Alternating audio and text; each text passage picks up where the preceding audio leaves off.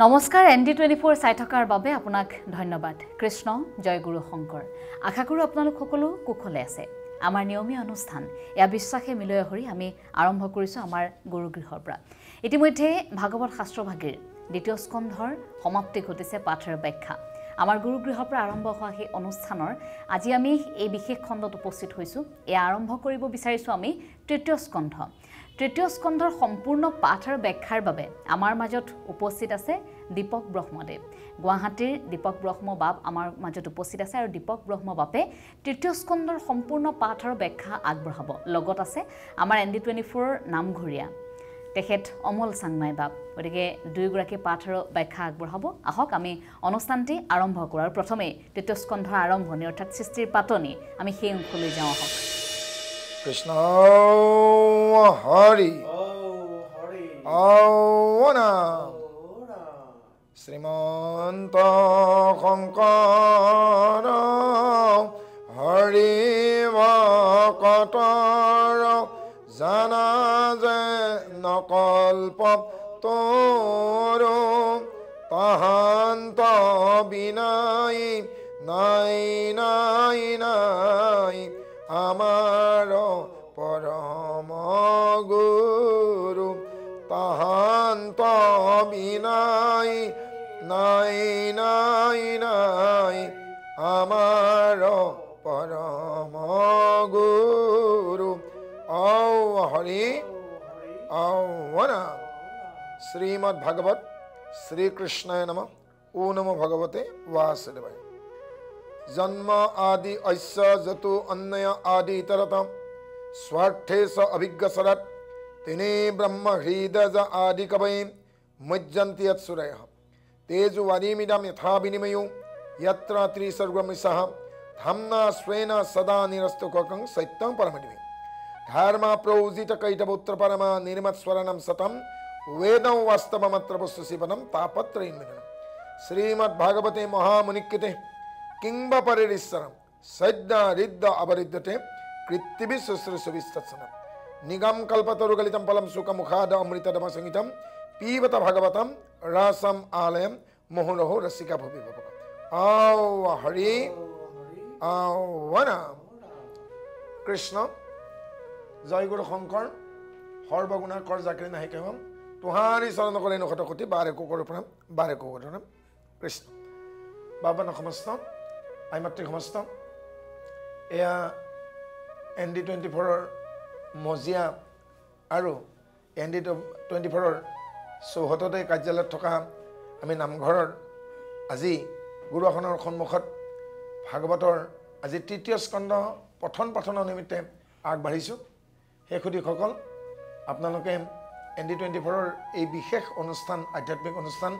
বিশ্বাসে মিলয় হৰি আপোনালোকে শ্ৰোতা হিচাপে দৰ্শক হিচাপে অংশগ্ৰহণ কৰি আমাক আহ্লাদিত কৰি থকাৰ বাবে আমাক অনুপ্ৰাণিত কৰি থকাৰ বাবে আপোনালোকৰ প্ৰতি আমি কৃতজ্ঞতা জনাইছোঁ আৰু আমি কৃতজ্ঞ হৈ থাকিম। লগতে এই নিউজ চেনেলটিৰ আমাৰ দৃশ্য শ্ৰাব্য মিডিয়ামৰ যিসকল যন্ত্ৰী আছে সমস্ত সকলোকে আমি সেৱাক নিবেদন কৰিছোঁ আৰু সূত্ৰধাৰ হিচাপে আমাৰ ভনী এঞ্জেলাই আপোনালোকক প্ৰতিদিনেই জনাই আছে আজি কি অধ্যায় চলিছে, অহাকালি কি অধ্যায় হ'ব, অহাকাইলৈকে আমাৰ কোন আহিবলগীয়া আছে, কোন কোন সদাশয়সকলে আঁত ধৰিব এই বিষয়ে আপোনালোকক জনাই আছেগৈ। আৰু আমাৰ অসমৰ চৌদিশে সিঁচৰিত হৈ থকা বিভিন্ন ভকত ভাগৱতৰ মাজত নিৰ্বাচিতসকলক নিমন্ত্ৰণ কৰি আনি এই মজিয়ালৈকে তেওঁলোকক নিমন্ত্ৰণ কৰি আনি তাৰ খবৰ মুখপদ্ম হওঁতে ভগৱন্তৰ গুণলীলা যশ ৰাখি প্ৰচাৰ কৰি থকা হৈছে। আপোনাসবে বহুমূলীয়া সময় দি এইখন ধৈৰ্য ধৰি অংশগ্ৰহণ কৰাৰ বাবে দৰ্শন কৰাৰ বাবে শ্ৰৱণ কৰাৰ বাবে সমস্তক আমি সেৱাভাগ নিবেদন কৰিছোঁ আৰু এই চেনেলটোক আমাক সুযোগ দিয়াৰ বাবে পুনৰ আমি ধন্যবাদ জনাইছোঁ। আৰু আজি পঠন পাঠনৰ কেন্দ্ৰীয় বিষয়টো হ'ল তৃতীয় স্কন্ধ অনাদিপাতন। আৰু এই তৃতীয় স্কন্ধৰ আমি সাৰভাগ এইকেইটা খণ্ডত আমি আগবঢ়াবলৈ যত্ন কৰিম। এই তৃতীয় স্কন্ধত শুকদেৱৰ ওচৰত পৰীক্ষিতে ভগৱন্তৰ সৃষ্টি প্ৰলয় কিমানবোৰ সৃষ্টি আছে, যেনে 7খন স্বৰ্গ, 7খন পাতাল, 7খন মহৎলোক, 7খন বৈকুণ্ঠ ইত্যাদি কৰি সূক্ষ্মতিভাৱে সম্পূৰ্ণখিনি তেওঁ যেনেদৰে প্ৰশ্ন কৰিছে সেই প্ৰশ্নৰ উত্তৰ দি পৰীক্ষিতৰ মনৰ সংশয় ছেদন কৰি সৃষ্টিৰ ৰহস্য তত্ত্ব পৰীক্ষিতৰ আগত ক'বলৈকে সুখদেৱে যৎপৰ নাস্তি চেষ্টা কৰিছে। আহক আমি মূল পাঠলৈ সোমাই যাওঁ। আশা কৰোঁ ইয়াৰ পৰা আপোনালোকে অনুপ্ৰাণিত হোৱাৰ উপৰিও আপোনালোকৰ জীৱন ধন্য হ'ব আৰু আপোনালোক আহ্লাদিত হ'ব। কৃষ্ণ মংগলাচৰণ। হে জয় জগন্নাথ জগতৰ আদি মূল, হে যাহাক স্মৰণ হুৱে পাতে কনিৰ্মূল, ও যাৰ নাম নাৱে কৰে সংসাৰত পাৰ, হেনয় কৃষ্ণক কোটি কোটি নমস্কাৰ। জয় জয় দৈৱ কিনম দনয়াদি দেৱ, হে ব্ৰহ্মা মহেশ্বৰে যাক সদা কৰে সেৱা, হে মূৰ্খ পণ্ডিত হৈ লৈলে যাৰ নাম, ও হেনয় কৃষ্ণক কৰো পৰিয়া প্ৰণাম। হে জয় জয় ঈশ্বৰকে সব সদা শিৱ, ও যাৰ মায়া পাশে বদ্ধ জগতৰ জীয়, ও মিলে মুখ্য যাৰ নাম শ্ৰৱণ কীৰ্তনে, হে কৰো প্ৰণিপাত হেন কৃষ্ণৰ চৰণে। নমো দামোদৰ দেৱ, ও দৈৱ কি নন্দন, ভকত অভয় দাতা সত্য সনাতন, যাহাৰ মায়াত হুৱে সৃষ্টি স্থিতি লয়, হেন কৃষ্ণ চৰণেৰ শিৱ পদশয়। ও কৃষ্ণ পদ পংকজক ধৰি হৃদয়ত, হে গুৰুৰ চৰণে মনে কৰি ৰোগত, আৰু সৃষ্টি স্থিতি লয় মাধৱ বৰ মুখ্য লীলা, কৃষ্ণৰ কিংকৰে পদ হে শংকৰেৰ শিলা। কৃষ্ণ শংকৰ গুৰু ও হৰি ৰাম ৰাম ৰাম ৰাম। বাবন সমস্ত আই মাতৃ সমস্ত কৃপালু গুৰু শংকৰদেৱে মংগলাচৰণতেই জগতৰ আদিপুৰুষ হৰ্তা কৰ্তা বিধাতা এই বুলি ঈশ্বৰ জয়গান কৰি আৰম্ভ কৰিছে। জয় জগন্নাথ জগতৰ আদিমূল, যাহাক স্মৰণে হুৱে পাতে কনা। আদিমূল বুলি এইবাবেই কোৱা হৈছে, আমাৰ যদি আদিপুৰুষ আপোনালোকে বিচাৰিবলৈকে যায় আমি হয়তো দিশহাৰা হৈ যাম। কাৰণ বুৰঞ্জীয়ে ঢুকি পোৱালৈকে সৌ সিদিনাখন, কিন্তু বুৰঞ্জীয়ে ঢুকি পোৱাৰ আগত গতিকে আমি এটাই সীমাবদ্ধ কৰিব পাৰিম যে তেখেতৰ পৰাই সৃষ্টিৰ আৰম্ভণি আৰু তেখেততে অন্ত। এইকাৰণে তেখেতক কি বুলি কোৱা ভগৱন্ত, যা ভগৱন্ততেই আৰম্ভ ভগৱন্ততে অন্ত। কিনো ভগৱন্ত? ভপদে ভূমি অৰ্থাৎ এই পৃথিৱীৰ স্বামী শ্ৰীহৰি, যিজন পৃথিৱীৰ স্বামী। গপদে গগন, গগন মানে আকাশ, অৰ্থাৎ আকাশৰ শেষ সীমা তেওঁ আছে জানো? আকাশৰ শেষ সীমা। গতিকে আকাশৰ শেষ সীমা সেইজনেই যিজন এই পৃথিৱীৰ স্বামী। সেইজনে আকাশ বা গগনৰ শেষ সীমা। ৱা মানে ৱাৰিজ পানী। আমাৰ যে জলচক্ৰ আছে, মেঘৰ পৰা বৰষুণ নহয় জানো ভাবচোন? তো মেঘৰ পৰা যেতিয়া বৰষুণ হয়, নৈ নিজৰা খাল বিল পৰ্বত পাহাৰ সকলোতে বৃষ্টিপাত হয়, আৰু ওপৰৰ পৰা পানীবোৰ তললৈ নামি আহে। পানীবোৰ নামি গৈ পেলাই নৈ নিজৰাৰ পৰা গৈ ক'ত পৰিব? লক্ষ্যস্থান মহাসমুদ্ৰ।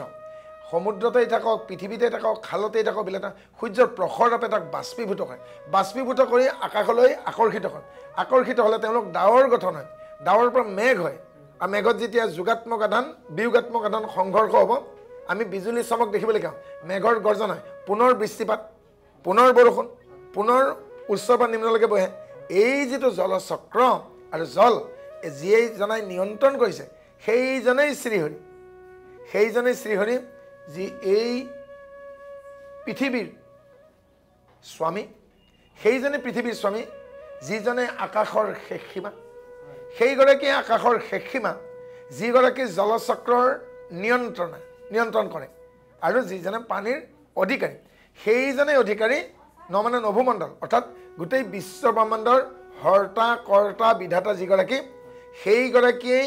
ধৰিত্ৰীৰ স্বামী সেইগৰাকী যিজনে আকাশৰ শেষ সীমাৰ সেইজনে যিজনে জলচক্ৰ আৰু পানীৰ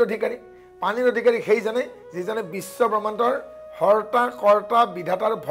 ভৰ্তা মানে ভৰণ পোষণ দিওঁতা ভগৱন্ত পঞ্চম বৰ্ণই কি কৈছেগৈ মানে তৰণকাৰী অৰ্থাৎ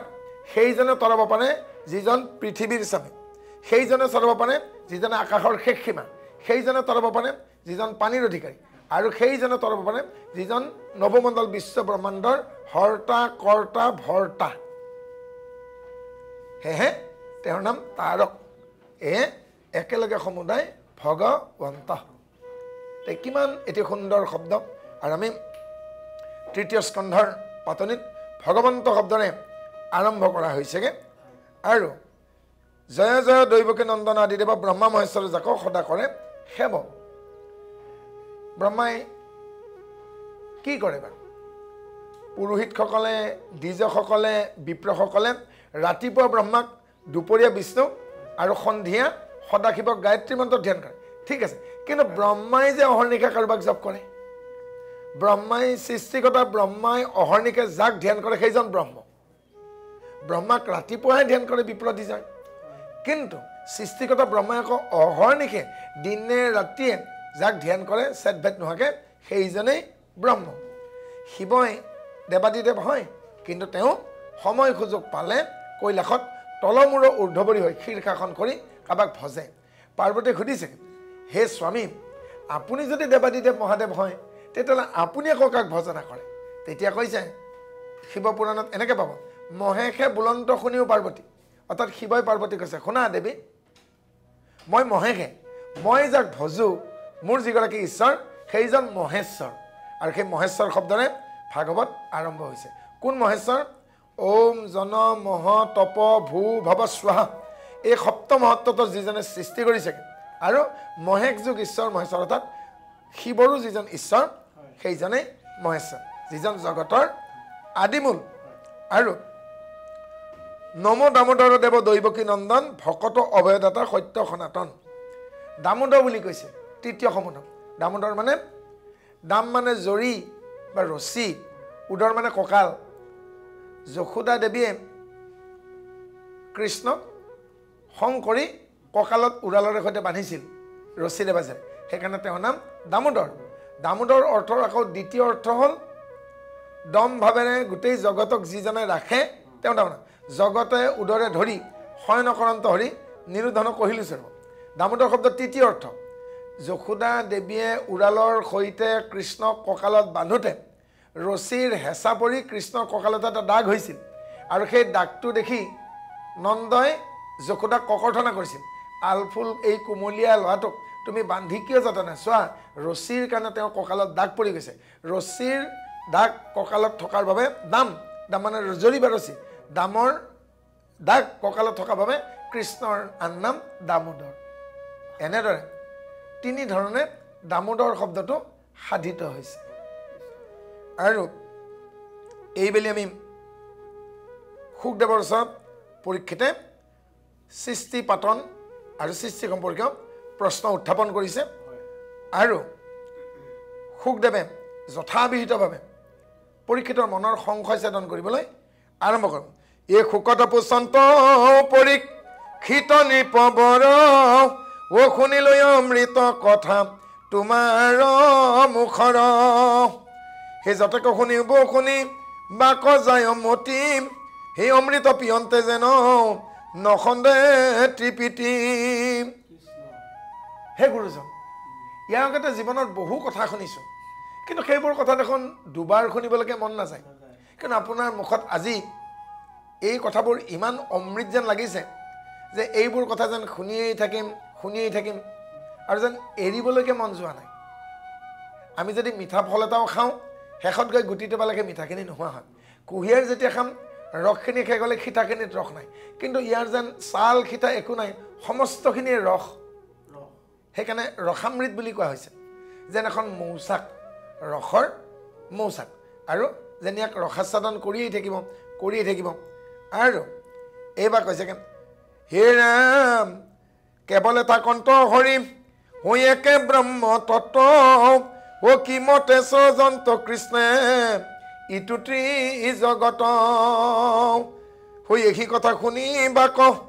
মোৰ বৰ চিত্ত হে কহিও ক মুনি তুমি কৃষ্ণৰ চৰিত্ৰ যদি একেশ্বৰে থাকে অৰ্থাৎ গোলোক ধামত ভগৱন্ত অকলে থকা বুলি কল্পনা কৰা হয় তে অকলে থকা একেশ্বৰ ভগৱন্তইনো কি কাৰণত এই বিশাল সৃষ্টিখন কৰিলেগে তাতো নিশ্চয় কিবা কাৰণ আছে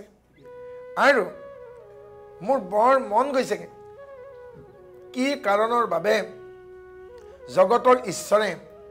এই বিনন্দীয় সৃষ্টিখন কৰিলে উৰণ বুৰণ গজন ভ্ৰমণ চাৰিমুঠি জীৱকে আদি কৰি দেৱ দৈত্য দানৱ কিন্নৰ ৰাক্ষস যক্ষ বিভিন্ন প্ৰকাৰ সৃষ্টি কৰা নাই নে গতিকে ইয়াৰ মূল ৰহস্য কথা কি মোৰ বৰ জানিবলৈকে মন গৈছেগে আৰু কেনেকৈ তেওঁ স্বৰ্গ নয়ন কৰিলেগে কেনেকৈ তেওঁ পাতালখন তৈয়াৰ কৰিলেগে কেনেকৈ মহৎলোক তৈয়াৰ কৰিলেগে মোক সকলোখিনি কওকচোন ঐ যেনমতে জগত চম যন্ত নাৰায়ণ ও যিমতে সজিলা ব্ৰহ্মা আদি দে বগন ও যেনমতে সাতু স্বৰ্গ কৰন্ত নিৰ্মাণ ও যেনমতে স্বজন্ত পাম তালুকা তখান সপ্তদিবা বসুমতী সপ্তসাগৰ ও যিমন্তে স্বজন্ত নদ নদী সৰুসৰ যেনমতে ব্ৰহ্মাণ্ড কৰন্ত নিৰ্মাণ হে কহিও সাক্ষাতে তুমি ঋষি সৰ্বজন হে ৰাম কোনে ধৰি আছে সখাগৰা বসুমতী কি কাৰণে পৃথিৱী ন জান্তয় ধুগতি কিবা সেইটো লৰে এইটো পৃথিৱী মণ্ডল হৈছে দিও কৰ ঋষি তুমি সংশয় সকল সাতখন স্বৰ্গনো কি সাতখন পাতালনো কি আৰু এই পৃথিৱীত সাতখন সাগৰ আছে আৰু সাতটা দ্বীপ আছে বহু নৈ নিজৰা সৰোবৰ আছেগে বহু পক্ষী বৃক্ষলতা বহুত আছেগে বহু পৰ্বত আছেগে ব্ৰহ্মাণ্ড কেনেকৈ নিৰ্মাণ কৰিলে আৰু এই যে শূন্যতে আমাৰ পৃথিৱীখন উপঙি আছে পৃথিৱীৰ ওপৰতো কোনো ৰছী নাই তলতো কোনো আপোনাৰ ধাৰক একো নাই ইনো ওপৰলৈকে উৰি যোৱা নাই তললৈকে পৃথিৱীখন খহি পৰা নাই আৰু মাজে মাজে যে পৃথিৱীখন লৰে মহীখণ্ডলৰ তাত যে ভূমিকম্প হয় ইয়াৰনো কাৰণ কি নেদেখাকৈ কোনোবাই বাৰু ধৰি আছে নেকি ইত্যাদি যিবোৰ ৰহস্যগণ কথা আৰু তাকেই পৰীক্ষিতে শুকক সুধিছে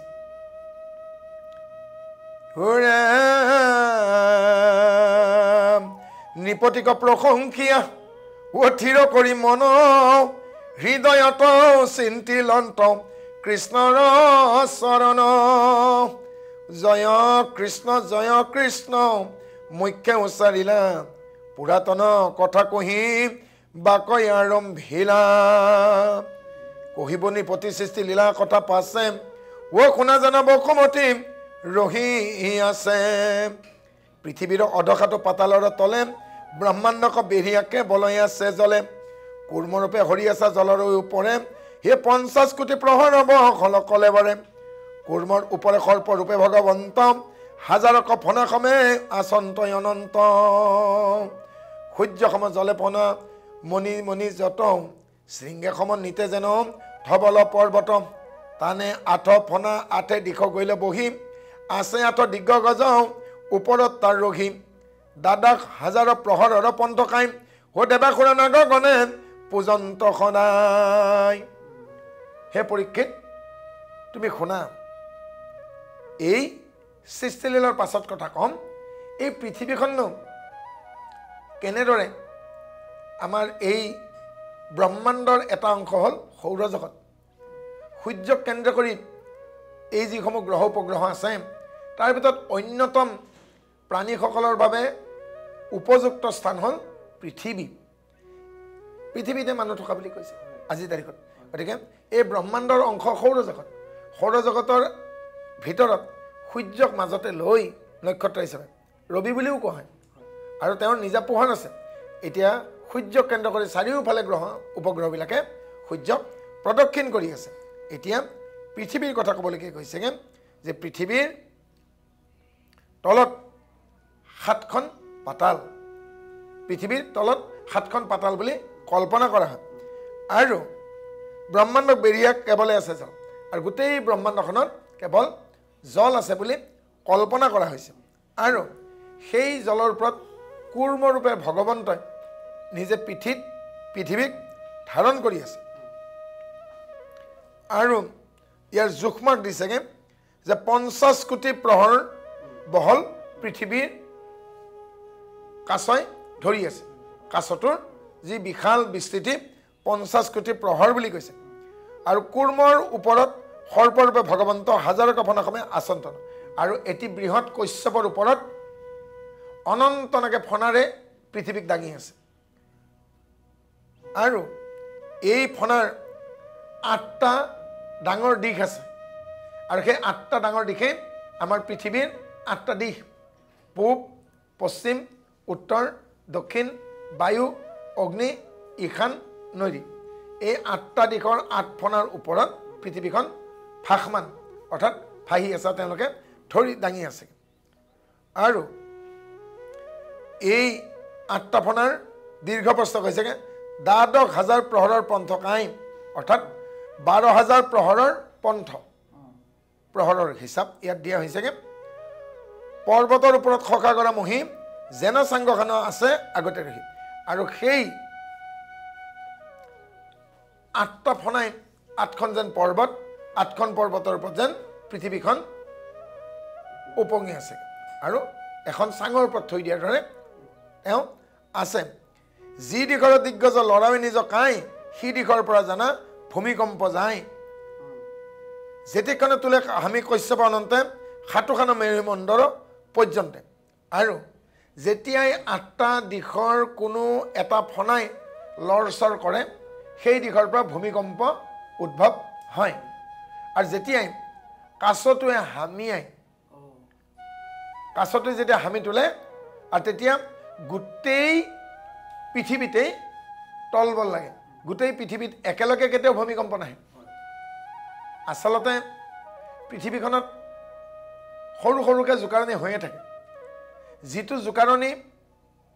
সিস্মোমিটাৰ অৰ্থাৎ ভূমিকম্পৰ কম্পন জোখা মেচিনটো কোৱা হয় সিস্মোমিটাৰ সিস্মোমিটাৰত যিটোৱে ৰিক্টাৰ স্কেল পাৰ কৰে সাধাৰণতে 4 বা 5 ডিগ্ৰীতকৈ ওপৰত গ'লে আমি গম পাওঁ যে ভূমিকম্প আহিছে আৰু ৰিক্টাৰ স্কেলত ধৰা পৰে অৰ্থাৎ সিস্মোমিটাৰত ধৰা পৰে আৰু যিয়ে এই ভূমিকম্প জোখে তেওঁলোকক সিস্মলজিষ্ট বোলে ভূকম্পবিদ আৰু এনেদৰে কেৱল এটা দিশৰ নাগে লৰচৰ কৰিলে এটা দিশৰ পৰা ভূমিকম্প হয় কিন্তু যেতিয়া কল্পনা কৰা হয় সমগ্ৰ পৃথিৱীতে তলবল লাগে তেতিয়াহ'লে কাছটোৱে হামি আহিছে এতিয়া এই কাছটোৱে হ'ল যাক কাছ বুলি কোৱা হৈছেগৈ পৃথিৱীৰ কক্ষপথ পৃথিৱীৰ যিটো কক্ষপথ দ্য অৰ্বিট যাক আমি কওঁগৈ গতিকে এই পৃথিৱীৰ কক্ষপথেই হ'ল আমাৰ ইয়াত কশ্যপটো গতিকে কক্ষপথত যেতিয়া বাধাগ্ৰস্ত হয় পৃথিৱীখনে আচলতে 26 ডিগ্ৰী এংগুলত হালি আছে আৰু খুব তীব্ৰ গতিত ই সূৰ্যৰ চাৰিওফালে দৌৰি আছে ইয়াৰ গতি দুটা আহ্নিক গতি আৰু বাৰ্ষিক গতি যাৰ বাবে আমি দিন ৰাতি হোৱা বুলি অনুভৱ কৰোঁ কিন্তু মেৰু অঞ্চলত 6 মাহ দিন 6 মাহ ৰাতি আমাৰ দৰে 24 ঘণ্টাৰ দিন ৰাতি তেওঁলোকৰ নহয় গতিকে ঠাই বিশেষকৈ বেলেগ হয় তাকেই সম্পূৰ্ণ এই পৃথিৱীৰ বৰ্ণনা দিলে এতিয়া প্ৰলয়ৰ বৰ্ণনা দিব প্ৰলয় নেকি ধ্বংস হে কহিলো তো মাত্ৰ পৃথিৱী বিৰথিতি কথা হে মহাপ্ৰলয়ৰ আবে শুনিও ব্যৱস্থা যেবে গ'ল 100 বৰিষ ব্ৰহ্মাৰ ৰুদ্ৰৰূপে কৰে ধৰে জগত সংহাৰ দিব্য বৰ্ষৰ হিচাপত ব্ৰহ্মাৰ যিদিনাখন 100 বছৰ হয় সেইদিনাখন ভগৱন্তই ৰুদ্ৰৰূপ ধাৰণ কৰি গোটেই সৃষ্টিখন ধ্বংস কৰে আমাৰ হিচাপত নহয়গে মনুষ্যৰ 12 বছৰত এযুগ এনেকুৱাকে 4000 যুগত ব্ৰহ্মাৰ এদিন 4000 যুগত ব্ৰহ্মাৰ এৰাতি অৰ্থাৎ মনুষ্যৰ হিচাপত 8000 যুগত ব্ৰহ্মাৰ 24 ঘণ্টা আৰু তেনে ব্ৰহ্মাৰ এদিনত ৰাতিপুৱাৰ পৰা গধূলিলৈ সেই ব্ৰহ্মাৰ হিচাপৰ 12 ঘণ্টাত 14 জন মনুৰ উত্থান পতন হয় 14 জন মনুৱে সেই 12 ঘণ্টাৰ ভিতৰত শাসন কৰে মানে এজন মনুৱে 2 দণ্ডকে পায় 48 মিনিটকে পায় আৰু মাত্ৰ 2 দণ্ড শাসন কৰে এজন মানুহে বৰ্তমান পৃথিৱীখন সপ্তম মনুৰ শাসন কালত আছে সময়বোৰ চাওকচোন আৰু সেই হিচাপত ব্ৰহ্মাৰ যিদিনাখন 100 বছৰ হ'ব ভগৱন্তে ৰুদ্ৰ ৰূপ ধাৰণ কৰি এই সৃষ্টিখন সামৰি থয় তাকে প্ৰলয় বুলি কৈছে হেৰা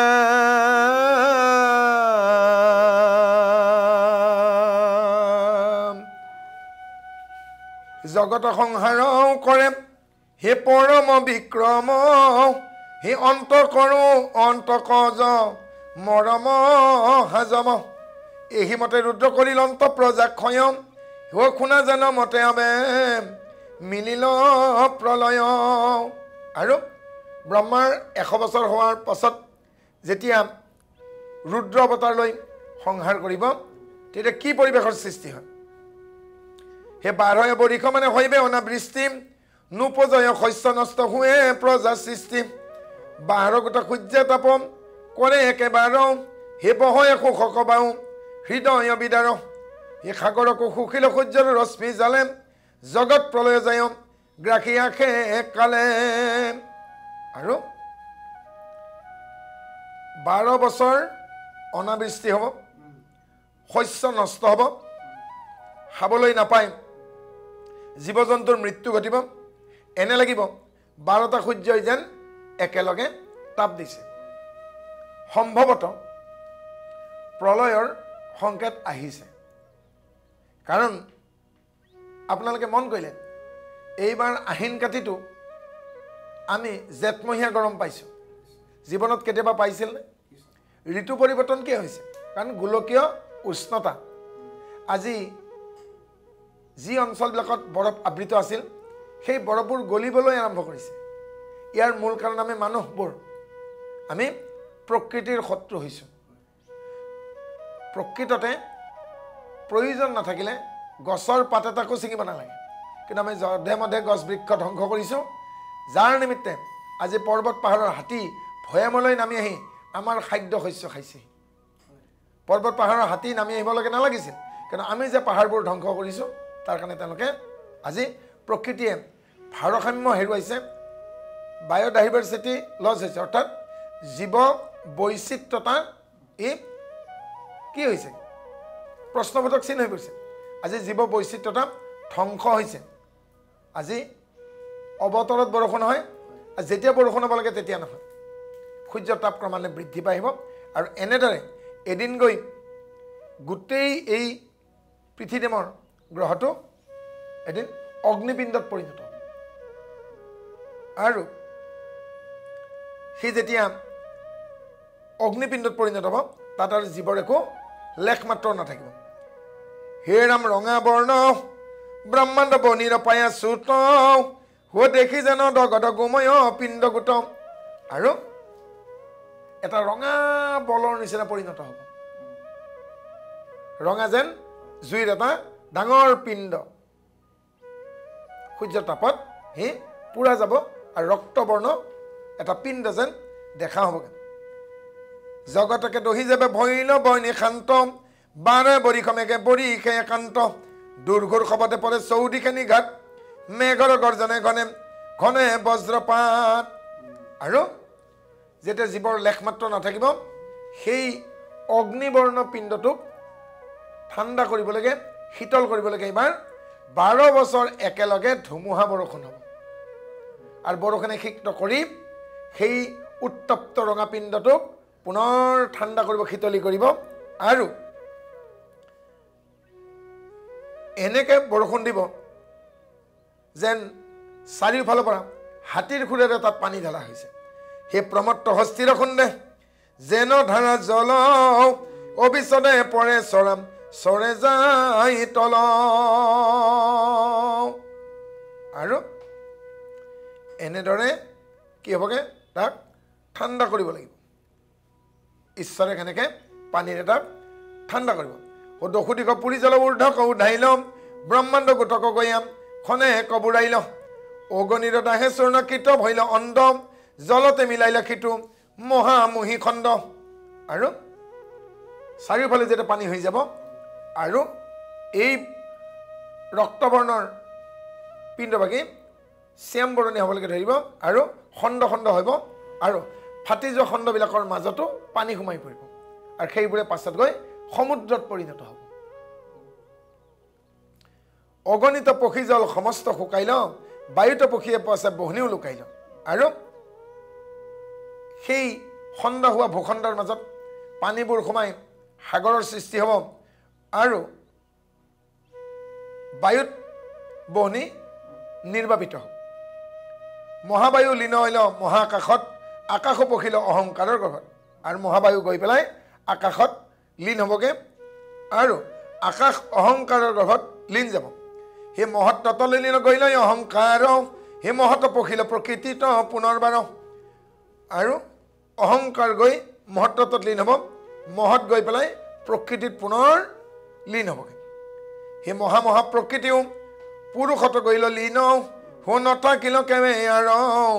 পুৰুষত ভিন। নাহি জল থল নাহি কে আকাশ নাহি মহাবায়ু চন্দ্ৰ সূৰ্যৰ প্ৰকাশ নাহি শীত উষ্ণ ঋতু নাহি ৰাত্ৰি দিন সমস্ত সাগৰে ঈশ্বৰ নত গৈল লীন। সেই ৰক্তবৰ্ণৰ গোময় পিণ্ডটো 12 বছৰ বৰষুণ পৰি শীতল হ'ব, শীতল হৈ সি খণ্ড খণ্ড হ'ব। সেই খণ্ডবোৰক পানীয়ে জলাক্ত কৰি প্লাৱন আনি গলাই পেলাব। পানী গৈ বায়ুত প্ৰৱেশ কৰিবগৈ, বায়ু গৈ বায়ুত আকৌ অগ্নি নিজে সমাহিত হ'বগৈ, অগ্নি গৈ পেলাই আকাশত নোহোৱা হ'ব আৰু এনেকৈ শেষত গৈ গোটেই প্ৰকৃতি লীন হ'বগৈ, একো চিন চাপ নাথাকিবগৈ। ইয়াকে প্ৰলয় বুলি কোৱা হৈছে। আৰু এয়া এই প্ৰলয় পিছত আৰু চিন চাপ একো নাথাকিব। পুনৰ ভগৱন্তই অকলে থাকিবলৈকে টান পাব আৰু অকলে থাকিবলৈকে টান পাই নাটকখন কৰাৰ বাবেগে তেওঁ ৰহস্য নাটকখন আকৌ এবাৰ তেওঁ মায়াদেৱীক নিমন্ত্ৰণ কৰিব যে তুমি আহা আমি আকৌ সৃষ্টি কৰোঁ। ঐ অনেক অসহস্ৰ যুগ ইহিমতে গৈ লওঁ দুনাই ঈশ্বৰৰ সৃষ্টি কৈ ইচ্ছা ভৈল একেচৰে আছো আমি আদি নিৰঞ্জন সৃষ্টি নাহি আমাক যে নকৰে শোভন। যেতিয়া ল'ৰা ছোৱালী ডাঙৰ হ'ল, ছোৱালীক বিয়া দিলে, ল'ৰাই বাহিৰলৈকে পঢ়িব গৈছে, ঘৰত বুঢ়া বুঢ়ী আছে, বুঢ়া হৈছে মাক দেউতাক, তেতিয়া কেনেকৈ লাগে ঘৰখন? যে বুঢ়ী বুঢ়া কি কয় উৰুঙা উৰুঙা লাগিছে। ছোৱালী ডাঙৰ কৰিলোঁ, বিয়া হৈ উৰি গুচি গ'ল, হয়নে? কাচিত বছৰত এদিন আহে। এতিয়া ল'ৰা বিদেশত আছে, বিয়া বাৰলৈ মন নকৰেগৈ। এইবাৰ যদি বিহুলৈকে আহোঁতেনে ল'ৰাটো বিয়া পাতি দিয়া হয়, আকৌ ঘূৰি বহাগত যদি কইনাটো বোৱাৰী কোলালৈকে যদি কেঁচু আহে, ঘৰখন আকৌ সজীৱ হৈ নপৰিবনে? সেই শিশুৰ কলকলনিত ৰাতিপুৱা যেনেকৈ সূৰ্য ওলোৱাৰ লগে লগে চাৰিওদিশলৈকে চৰাইবোৰ কিৰিলি পাৰি উৰি যায়, কিমান ধুনীয়া লাগে চাওকচোন। আৰু বহুদিন ল'ৰা ছোৱালী নথকা উৰুঙা ঘৰখনত যেতিয়া কোলাত কেঁচু আহে বোৱাৰী, তাৰ ঘৰখন আকৌ সজীৱ হৈ নুঠেনে? সেইকাৰণে ঈশ্বৰে কৈছে অকলে থাকিবলৈ টান পাইছোঁহে গোসানী, গতিকে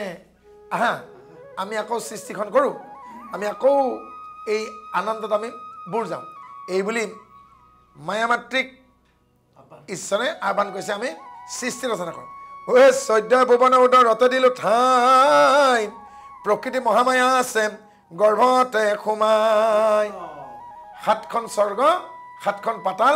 14 ভুৱন দেহতে আছে আৰু তাতেই মহামায়াৰ স্থান। আৰু কৈছে আহা তুমি বাজোৱা আমি সৃষ্টিকৰণ কৰোঁ। এই জড় হুঁয়া চেতন নাহি কে চেতন আমি মাত্ৰ চৈতন্য পুৰুষ নিৰঞ্জন। সকলো ভাৱনা জড় যেতিয়ালৈকে ঈশ্বৰে জগাই নিদিয়ে সেইকাৰণে ঈশ্বৰৰ নাম চৈতন্য কাৰণ আমাক ঈশ্বৰে চেতনা দিয়ে যেতিয়া আমি দুৰ্ঘোৰ টোপনিত থাকোঁ চোৰে দুৱাৰৰ দাং খুলি সকলো লুটি লয় কিন্তু আপুনি সাৰ পাই জানো নাপায় কিন্তু আপুনি সাৰ পাওক নাপাওক আপুনি দুৰ্ঘোৰ নিদ্ৰাত থাকোঁতে আপোনাক যিজনে ৰখি থাকে সেইজনে পৰমাত্মা সেইজনে আমাক চেতনাত থাকে সেইকাৰণে তেওঁৰ নাম চৈতন্য আৰু যেতিয়া পোৱা হ'ব আমাক যিজনে জগাই দিয়ে হে ৰাম মায়াৰ হাতত কৰা জগত প্ৰকাশ হে কৰো সৃষ্টি লীলা আবে বিনোদ বিলাস এহি বুলি পদ্মনয়ন অনন্তে মায়াক কটাক্ষ চাহিম লন্ত ভগৱন্তে আৰু ঈশ্বৰে জগতৰ ঈশ্বৰে সৃষ্টি কৰিবৰ কাৰণে তেওঁ সৃষ্টিৰ দৃষ্টিৰে মায়াদেৱীলৈকে চালে আৰু কটাক্ষে মানে কেৰেহাকে চাওঁতেই জড় প্ৰকৃতি চৈতন্য হৈ গ'ল কেৰেহাকে চাওঁতেই তাৰমানে জড় চেতনাই চৈতন্য ৰূপ পালে কি পালে ও জড় প্ৰকৃতিত কৰি লন্ত জীৱ দান অষ্টগুণ তেজ ষোল্ল গুণ ভৈল প্ৰাণ সৃষ্টি কৰি বাক ঈশ্বৰৰ ইচ্ছা কাজ পুৰুষৰ পৰামহা মায়া ভৈলা বাজ আৰু 8টা গুণ তেজ 16 প্ৰকাৰ তেজ লৈ 16 8 24 এই 24 প্ৰকাৰৰ মায়াদেৱীয়ে নিজে প্ৰকট হ'ল অনাদি ৰূপিণী ঈশ্বৰৰ অৰ্ধকাই এই ব্যক্ত কৰিলে মহামায়া সৃষ্টি কয় উপায় আৰু ঈশ্বৰৰ শৰীৰৰ অৰ্ধংশৰ পৰা মায়াদেৱীৰ সৃষ্টি হ'ল পৰমা সুন্দৰী দেৱী দিব্য নাৰী বেশ কটাক্ষতে মহাজায় জগতে নিবেশ জগতৰ যিটো সৌন্দৰ্য আমি সৌন্দৰ্যৰ শেষটো কি বুলি কওঁ নান্দনিক সৌন্দৰ্য যাক আজিৰ ভাষাত আধুনিক সাহিত্যিকে এস্থেটিক বিউটি বুলি কয় ঈশ্বৰত ভকতে এটা দূৰত্ব বজাই ৰাখে অকমান এটি দূৰত্ব আমিও তোমাৰ অংশ বুলি কয় কিন্তু সন্মানৰ খাতিৰত এটা দূৰত্ব বজাই ৰাখে মাক দেউতাক বা অভিভাৱকৰ লগতো সন্তানে এটা দূৰত্ব বজাই ৰাখে শিক্ষকসকলে ক্লাছত শ্ৰেণীকোঠাত পঢ়াওঁতেনে ল'ৰা ছোৱালী ছাত্ৰ ছাত্ৰী এটা দূৰত্ব বজাই ৰাখে এই দূৰত্ব নাকনে হ'ল নান্দনিক দূৰত্ব আৰু এই নান্দনিক দূৰত্বখনৰ কাৰণেই নান্দনিক সৌন্দৰ্যটোক আমি উপভোগ কৰোঁ এতিয়া মায়াদেৱীও সৃষ্টি হ'ল যদি এটা দূৰত্ব বজাই ৰাখিলে আৰু দূৰত্ব বজাই ৰখাৰ কাৰণে যিটো সৌন্দৰ্য সৃষ্টি হ'ল এইটো হ'ল নান্দনিক সৌন্দৰ্য আৰু এই নান্দনিক সৌন্দৰ্য যেতিয়া মানুহে উপভোগ কৰে মানে আপোন পাহৰা হৈ যায় সেইকাৰণে জগতৰ সৌন্দৰ্যখিনিক একেলগে নান্দনিক বিনন্দীয়া সৌন্দৰ্য বুলি কৈছে য'ত মানে মোহ গুচি যায় হে ৰাম প্ৰণিপাতে পুৰুষক কৰিলে কেৱলী আগতে বিনায়ে মায়া কৰি কীৰ্তাঞ্জলি কোন কৰ্ম কৰো মুখ কৰিওৱা দেশ ও সেনাখনি আকে সম্ভৱ ঢিলা কৃষিকে আৰু জগতৰ ঈশ্বৰক স্বামী ৰূপে বৰণ কৰি হে স্বামী আপোনাৰে মই অংশজাত এতিয়া মই আপোনাক এই বুলি সমিধান বিচাৰিছোঁ মোক যেটো আপুনি সৃষ্টি কৰিলে পৃথকে নিশ্চয় আপোনাৰ উদ্দেশ্য আছে এতিয়া আমি কেনে ধৰণৰ কৰ্তব্যৰ বাবে অগ্ৰসৰ হ'ম আজ্ঞা কৰক হে কৃষিকে হে শুনি প্ৰকৃতি গুণ একো নহীন তোমাৰে আমাৰে কিঞ্চিত একো নাহি বিন মোৰ নিজ শক্তিক সন্মুখে দেখা প্ৰাণ সত্ৰৰে কৰি মায়া জগত নিৰ্মাণ হে মায়াদেৱী তুমি মোৰ ব্যতিৰেকে ভিন্ন নহয় আৰু তুমি মই অবিহনে তুমিও সম্পূৰ্ণ নোহোৱা কাৰণ স্বামী স্ত্ৰী যদি লগ নালাগে সন্তান জানো সংসাৰত আহিব সেয়ালৈকে বৈধই হওক অবৈধ হওক বৈধভাৱে সন্তান আহিব পাৰে অবৈধভাৱে আহিব পাৰে কিন্তু লগ লাগিব লাগিব কাৰণ আমি মানুহবোৰ মাটি ফুটি ওলোৱা নাই গছত লগা নাই গছত লগালে আমাক গুটি বুলি ক'লেহেঁতেন মাটি ফুটি ওলালে আমাক কেঁচু কুমতি বুলি ক'লেহেঁতেন নহয় জানো সেইকাৰণে ঈশ্বৰে মায়াদেৱীক ক'লে তুমি মোৰ অবিহনে অসম্পূৰ্ণ তুমি অকলে সৃষ্টি কৰিব নোৱাৰিবা কাৰণ মই থাকিব লাগিব এতিয়া ইঞ্জিনটো নোহোৱাকৈ গাড়ীখন চলিবনে গতিকে এই জীয়টো গতিকে তুমি সৃষ্টি কৰা এই মায়া জগত সৃষ্টি কৰা তোমাক জগাইলো আমি এই অভিপ্ৰায় জানিও ক ভালে তুমি মোৰই অৰ্ধকাই তোমাৰে আমাৰে কিছু নাহি ভিনি ভিনি মতজাতো লীন যাহা নাহি আহি খেনি আৰু তুমি মোৰ শৰীৰৰ অৰ্ধকাই তোমাৰ আৰু আমাৰ ভিনপৰ নাই তুমি মোৰ অংশ আৰু মোৰ অবিহনে তুমি অসম্পূৰ্ণ এই কথাটো তুমি নিশ্চয়কৈ জানিবা সত্যৰে কৰিও মায়া জগত প্ৰকাশ আমিও কৰিব তাত বিনোদ বিলাস আৰু তুমি উৰণ বুৰণ গজন ভ্ৰমণ চাৰিমুঠি সৃষ্টি কৰি গোটেই বিনন্দীয় জগতখন সৃষ্টি কৰা আৰু প্ৰত্যেকটো কণ জীৱতেই মানুহে প্ৰতি মনটো ধানে প্ৰতি কণটো আমি সোমাই পৰিম আৰু তেওঁলোকে আমি যেনেকৈ নচম তেওঁলোকে এনেকৈ নাচিব অৰ্থাৎ আমি ঈশ্বৰৰ পুতলা তেওঁ যেনেকৈ নচুৱাব খুজিছে আমি তেনেকৈ নাচি আছোঁ এইবাৰ প্ৰথম সৃষ্টি আৰম্ভ হ'ব হে ৰাম ঈশ্বৰ কটাক্ষে দেৱী ভৈলা গৰ্ভৱতী প্ৰকৃতিৰ পুত্ৰ ভৈলা মহত্ব উৎপত্তি মহত্বৰ তিনি পুত্ৰ ভৈলায়নো পাম তিনিও শুনিও তিনি নকহো যাৰ জীৱানাম আৰু ঈশ্বৰৰ কটাক্ষত মায়াদেৱী গৰ্ভৱতী হ'ল আৰু কি উৎপত্তি হ'ল তিনিটা পুত্ৰৰ উৎপত্তি হ'ব প্ৰথম পুত্ৰ মহত্ব আৰু মহত্বৰ তিনি পুত্ৰ হ'ব আৰু সেই তিনি পুত্ৰই তিনিটা তত্ত্ব সেই তিনি গুণে তিনি তত্ত্ব ভৈলাই হ'ব তাৰ তামসিক ৰাজস আৰু সাত্বিক অহংকাৰ তামসিক অহংকাৰ ৰাজসিক অহংকাৰ আৰু সাত্বিক অহংকাৰ এই তিনিটা পুত্ৰৰ সৃষ্টি হ'ল এই তিনি পুত্ৰজাত জগত প্ৰখ্যাত শুনাজাত হন্তে জীৱা সৃষ্টি ভৈলজাত তামসত হন্তে শব্দ গুণৰ প্ৰকাশ শব্দৰ পুত্ৰ ভৈল নামতই আকাশ আকাশতে হন্তে পৰশৰ উৎপত্তি পৰশৰ পুত্ৰ ভৈল বায়ু মহামতী বায়ু হন্তে ৰূপ নামে পুত্ৰ অৱতাৰ ৰূপৰ পুত্ৰ ভৈল অগ্নি চমৎকাৰ অগ্নিৰ পুত্ৰ ভৈল ৰস মহামতী ৰস গুণ হন্তে পাছে জল উৎপত্তি জলত উৎপত্তি ভৈল গন্ধগুণ নাম গন্ধগুণ হন্তে ভৈল পৃথিৱী অনুপাম আৰু তামস অহংকাৰ যি আছিল তামস অহংকাৰৰ পৰা শব্দৰ গুণ সৃষ্টি হ'ল আৰু শব্দৰ পুত্ৰৰ নাম হ'ল আকাশ অৰ্থাৎ এই যে আমি শব্দ ব্ৰহ্ম আপুনি কওঁতেনে মই শুনিছোঁ মই বাক্য উচ্চাৰণ কৰোঁতে আপুনি শুনিছেগৈ ইয়াৰ এটা মাধ্যম আছে এই মাধ্যমটি হ'ল বায়ু ইথাৰ আৰু যি ঠাইত ইথাৰ নাথাকিব বায়ু নাথাকিব আমি যেতিয়া মহাকাশলৈকে যাম য'ত বায়ু নাই আপুনি কথা ক'লে মই নুশুনিম মই কথা ক'লে আপুনি নুশুনিব গতিকে শব্দ বা ধ্বনিৰ বাহন বা মাধ্যম হ'ল বায়ু সেইকাৰণে কি বুলি কৈছে শব্দৰ পুত্ৰ হ'ল আকাশ আকাশৰ পৰা পৰশৰ উৎপত্তি স্পৰ্শ পৰশৰ পুত্ৰ হ'ল বায়ু মহামতী পৰশৰ পুত্ৰ হ'ল বায়ু বায়ুৰ পৰা ৰূপ যাক আমি মৰ্ফ বুলি কওঁ ৰূপৰ উৎপত্তি ৰূপৰ পুত্ৰ অগ্নি অগ্নিৰ পুত্ৰ হ'ল ৰস আৰু ৰসৰ পৰা হ'ল কি হৈছেগে জল উৎপত্তি জলৰ পৰা গন্ধ আৰু গন্ধৰ পৰাই পৃথিৱীখন সৃষ্টি হৈছে হে ৰাম পঞ্চভূত পঞ্চগুণ কহিলো ব্যৱস্থা এবেখনা ৰাজসিক সাত্বিকৰ কথা আৰু তামসিকৰ কথা কোৱা হ'ল এবাৰ ৰাজসিক আৰু সাত্বিকৰ কথা ক'বলৈ গৈছে ৰাজসত হন্তে দশন্তীয় ভৈলাজাত দশৰণ নাম ৰাজা শুনিও কাখ্যাত চকু কৰ্ণ নাক বাক্য চৰ্ম জীৱা হাত পদগুজ্জ লিংগ এসি দশৰ প্ৰকাশ আৰু ৰাজসৰ পৰা দশইন্দ্ৰিয় প্ৰকাশ হ'ব এই দশইন্দ্ৰিয় কি আমাৰ পঞ্চ কৰ্মেন্দ্ৰিয় আৰু পঞ্চ জ্ঞানেন্দ্ৰিয় চকু কাণ নাক জিভা ছাল বাক পানী পাত পায়ু উপস্থ পঞ্চ জ্ঞানেন্দ্ৰিয় আৰু পঞ্চ কৰ্মেন্দ্ৰিয় এই দশইন্দ্ৰিয় ৰাজস তত্ত্বৰ পৰা সৃষ্টি হ'ল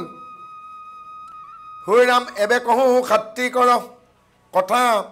যি দেৱ ভৈলে যি ইন্দ্ৰিয়ৰ অধিষ্ঠাতা আৰু এতিয়া সাত্বিক তত্ত্বৰ কথা তোমাক কওঁ সাত্বিকৰ পৰা আমাৰ 10জন দেৱতাৰ উৎপত্তি হৈছে ও সাত্বিকত হন্তে দশ দেৱউত পতি বায়ু বনি বিষ্ণু ইন্দ্ৰ দিশ প্ৰজাপতি অশ্বিনী কুমাৰ মিত্ৰ আদিত্য বৰুণ এহি অধিষ্ঠাতা দশ দেৱ সত্যগুণ। আৰু শৰীৰৰ 10টি অংগত এই দশ দেৱতাৰ অধিষ্ঠান। চক্ষু অধিষ্ঠাতা আদিত্য জ্যোতিৰ্ময়, কৰ্ণ অধিষ্ঠাতা দিশ জানিবা নিশ্চয়, নাসিকাৰ অধিষ্ঠাতা অশ্বিনী কুমাৰ,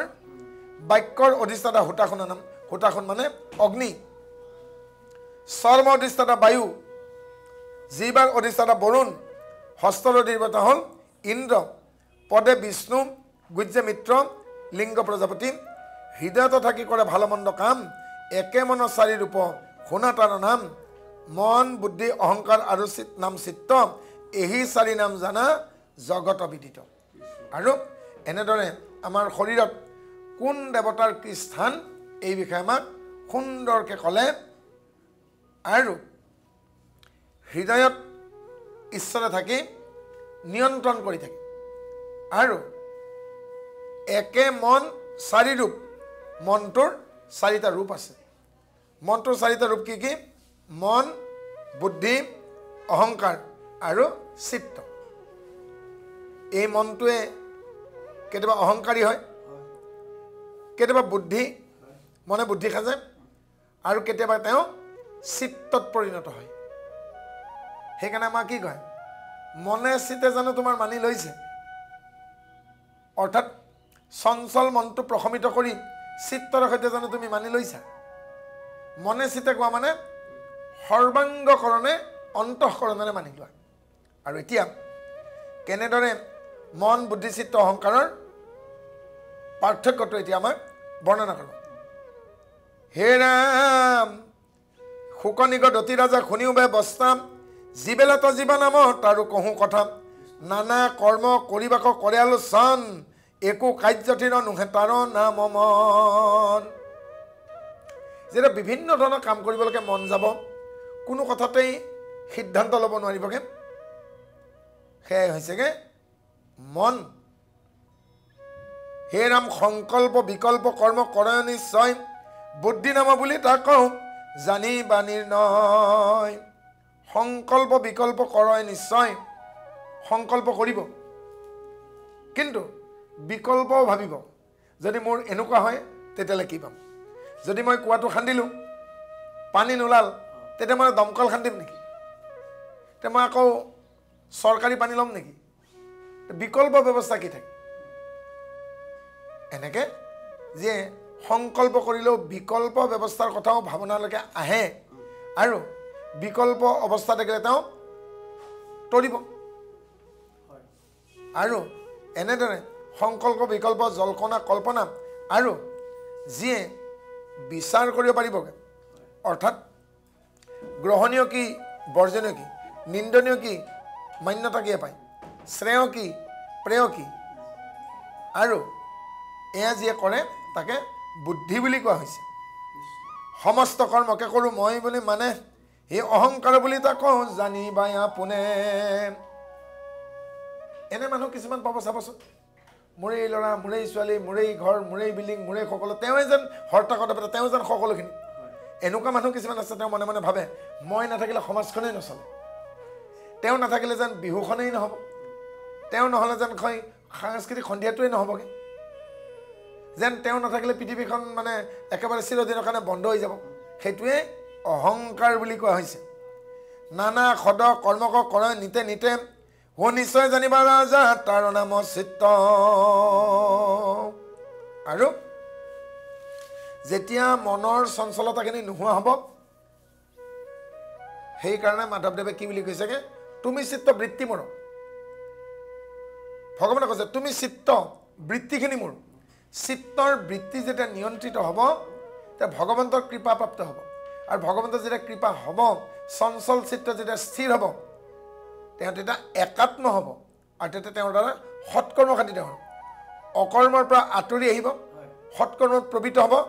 অপ্ৰমাদ হ'ব, আৰু প্ৰমাদিত কৰ্মৰ পৰা, প্ৰমাদযুক্ত কৰ্মৰ পৰা তেওঁ নিবৃত্ত হ'ব। আৰু প্ৰমাদযুক্ত কৰ্মৰ পৰা নিবৃত্ত তেতিয়া হ'ব যেতিয়া চিত্ত শান্ত সমাহিত হ'ব,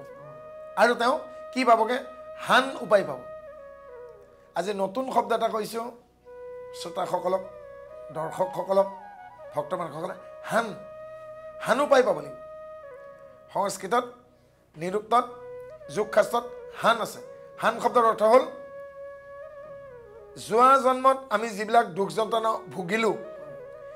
এই জীৱনৰে বিগত সময়খিনিত যিখিনি যন্ত্ৰণা পালে, এই জীৱনটোতে বাকী থকা সময়খিনিত যিবিলাক যন্ত্ৰণা পাবলৈ আছে আৰু আহিবলগীয়া দিনত পাবলগীয়া যন্ত্ৰণাৰ পৰা মুক্তি পোৱাৰ যিটো উপায়, সেইটো হান উপায়। গতিকে হান উপায় তেতিয়া এজন ব্যক্তিয়ে পাব যেতিয়া তেওঁৰ চঞ্চল চিত্ত শান্ত হ'ব আৰু তেওঁ নিজৰ ভৱিষ্যতক জানিব পাৰিবগৈ। নিজৰ যেতিয়া ভৱিষ্যতক কেতিয়া জানিব লাগিব, তেতিয়া কৈছেগৈ তস্য সপ্তধা প্ৰান্তভূমি। যেতিয়া চিত্ত 7টা ভাগত তেওঁ জানিব, তেতিয়া তেওঁ কাৰ্য বিমুক্তি প্ৰজ্ঞা আৰু চিত্ত বিমুক্তি প্ৰজ্ঞাৰ বিষয়ে জানিবলৈ পাৰিব। চিকিৎসা শূন্য, হেয় শূন্য, প্ৰাপ্তি শূন্য। এনেকুৱাকৈ যি দেখিবলৈ আছিল দেখা হৈ গ'ল, যি কৰিবলৈ আছিল কৰা হৈ গ'ল, যি পাবলৈ আছিল পোৱা হৈ গ'ল, যি বিচাৰিছিল সেয়া পাই গ'ল, আৰু যি হেৰুৱাব লগা আছিল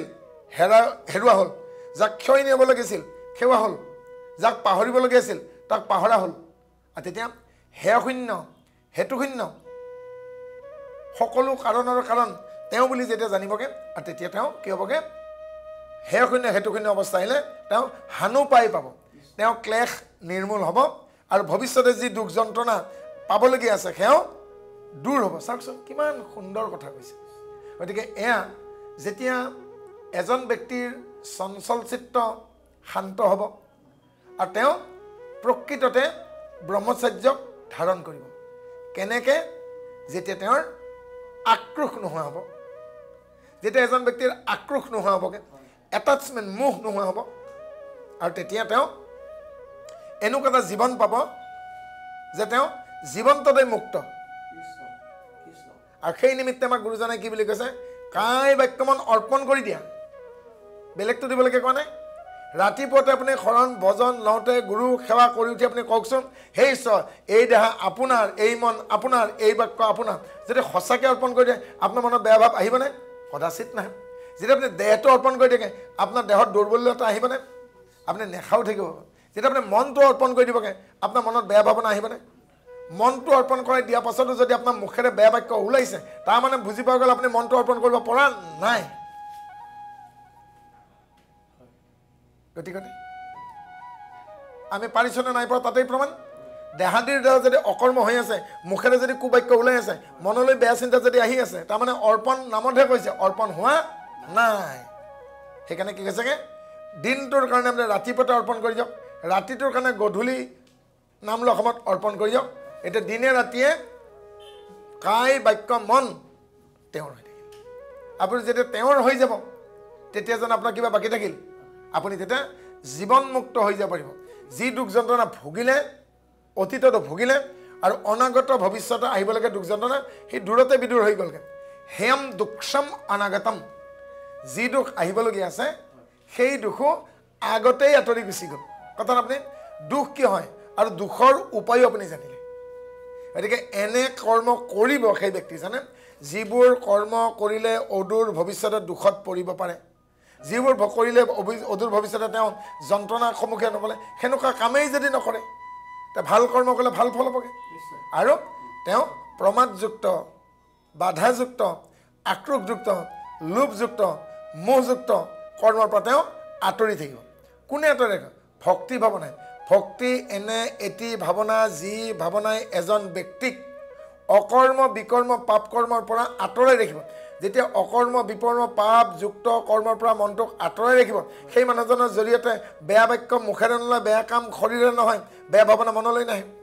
চিতে মনে বাক্যে তেওঁ এক হৈ গুচি গ'ল। গতিকে সেইকাৰণে কি কৈছে, আত্মনিবেদন। অৰ্থাৎ আপুনি যেনেকৈ শৰাইখনত আমাৰ দেউৰী বাপজনে অৰ্পণ কৰি দিয়ে, এয়া কল, এয়া আপেল, এয়া কল, এয়া কুঁহিয়াৰ, এয়া আদা, আপুনি নিজকো অৰ্পণ কৰি দিয়কচোন। হে ঈশ্বৰ, আপোনাৰ চৰণত মই নিজকে নৈবেদ্য হিচাপে অৰ্পণ কৰি দিওঁ। আৰু ঈশ্বৰ যেতিয়া গ্ৰহণ কৰা আপোনাৰ কিবা থাকিল জানো? আপুনি ঈশ্বৰময় হৈ গুচি গ'ল। হে ৰাম ও যতেক ইন্দ্ৰিয় গণ মনৰ অধীন মনে ৰাখে আজ্ঞা পালি থাকে ৰাত্ৰি দিন মনে উপজয়ে জানা মনেকে মৰণ হে মনুষ্যৰে মনে বন্ধ মুখ্যৰ কাৰণ মানুহে যেনে সোনকালে শুই উঠিব নোৱাৰে মনটোৰ কাৰণে আজি ৰবিবাৰ মই শুই থাকোঁ মানুহ যেনে সোনকালে শুই উঠিব পাৰিব তাৰ মনটোৰ কাৰণে আজি অমুক আছে মই উঠিবই লাগিব মন কৰিলে চন হয় বকৰা মাটিত ধন হয় গতিকে কিন্তু তেতিয়াহে এজন মানুহে জীৱনত সফল হ'ব পাৰিব যেতিয়া মানুহজনৰ মনত উদ্যমিতা ভাৱ অৰ্থাৎ এণ্টাৰপ্ৰিনিয়ৰশ্বিপ উদ্যম ভাৱটো থকাৰ কাৰণেকে এই কথা কৈছেগে গতিকে এই মনৰ অধিষ্ঠাতা হ'ল চন্দ্ৰ বিৰাট চঞ্চল নিজৰ পত্নী ২৭ গৰাকী থকাৰ পাছতো আকৌ তেওঁ দেৱগুৰু বৃহস্পতিৰ পত্নী তাৰাদেৱীক অপহৰণ কৰি আনিছে এগৰাকী পত্নীকে নিয়ন্ত্ৰণ কৰা টান আকৌ তেওঁ ২৮ নম্বৰ পত্নী উপপত্নী গ্ৰহণ কৰিলে গতিকে অগম্য গমন নহ'ল জানো তাতে গুৰুপত্নী গতিকে অগম্য গমন কৰাৰ কাৰণে চন্দ্ৰ কি হ'ল চঞ্চল আৰু সেয়েহে চন্দ্ৰ চঞ্চল হ'লে বুদ্ধিমত্তাই কেতিয়াও কাম নকৰে গতিকে অহংকাৰ অধিষ্ঠাতা ৰুদ্ৰ যাৰ নাম চিত্ত অধিষ্ঠাতা বহিনা বিষ্ণু অনুপম আৰু অহংকাৰৰ অধিষ্ঠাতা হ'ল ৰুদ্ৰ হং আৰু ৰুদ্ৰ ভাৱৰ অধিষ্ঠাতাৰ কাৰণে পিতৃ মাতৃৰ পৰা সংসাৰতালৈকে অগ্নিতত্ত্বৰ পৰা কি আহে বাৰু ক্ষুধা পিপাসা ক্লেশ অনিদ্ৰা এলাস্য তাতে ভোক লাগে যে পিয়াহ লাগে এলাহ আহে ক্লৈবত্ব আহে আৰু ক্লিশতা আহে অনিদ্ৰা আহে আৰু এইবোৰ ক'ৰ পৰা আহে বুলি কৈছেগে আমাৰ অগ্নিতত্ত্বৰ পৰা যেতিয়া হয় পিতৃ নহয় মাতৃ খঙাল হৈ থাকিব সন্তান গৰ্ভস্থ হোৱাৰ সময়ত তেতিয়া সেই সন্তান কেৱল ভোক নিবৃত্তিৰ বাবে পিয়াহ নিবৃত্তিৰ বাবে এলাহ কৰিব আৰু বিভিন্ন কথা অৰ্থাৎ সংযোগ কালতো পিতৃ মাতৃ শান্ত হোৱাটো বাধ্যতামূলক আৰু যদি নহয় তে ভৱিষ্যতৰ সন্তান ক্ৰোধী হ'ব এলেহুৱা হ'ব খকুৱা হ'ব খাদ্য নামত অখাদ্য খাব আৰু ব্যৱহাৰ নামত কুব্যৱহাৰ কৰিবগৈ আৰু সংস্কাৰৰ নামত তেওঁ বেবিচাৰ কৰিব সেয়েহে সংযোগ কালত পিতৃ মাতৃ শান্ত সমাহিত হোৱাটো অতি প্ৰয়োজন আৰু অপ্ৰয়াসে পায়সিকে সুখ সংসাৰত নাহি আন ধৰ্ম আৰু জানা নিষ্ঠ কৰি কৃষ্ণ কৃষ্ণ বুলি সংসাৰক তৰি আৰু এই সংসাৰৰ পৰা তৰিব লাগিলেকে একমাত্ৰ এটাই উপায় দিছে সেয়া হ'ল কৃষ্ণক পৰম দেৱতা হিচাপে আদৰি লোৱা আৰু কৃষ্ণক যদি পৰম দেৱতা হিচাপে আদৰি ল'ব নোৱাৰেগে তেতিয়াহ'লে এই জীৱনত এনেই তেওঁ কালাতিপাত কৰিলেগে আৰু তেওঁ বাৰে বাৰে এই সংসাৰলৈকে আহিলেও মুক্তি অসম্ভৱ কথা সেয়েহে ইয়াত সুন্দৰকৈ কৈছেগৈ শেষত ঐ আন ধৰ্ম নাহি আৰু হৈ জানা নিশ্চয় কৰি কৃষ্ণ কৃষ্ণ বুলি লেখে সংসাৰ কতৰি হে ৰাম কৰিও মনক বৈশ্যম ঐ বিদুৰ সম্প্ৰতি কৃষ্ণৰ চৰণ খেবি সুখে সাধা গতি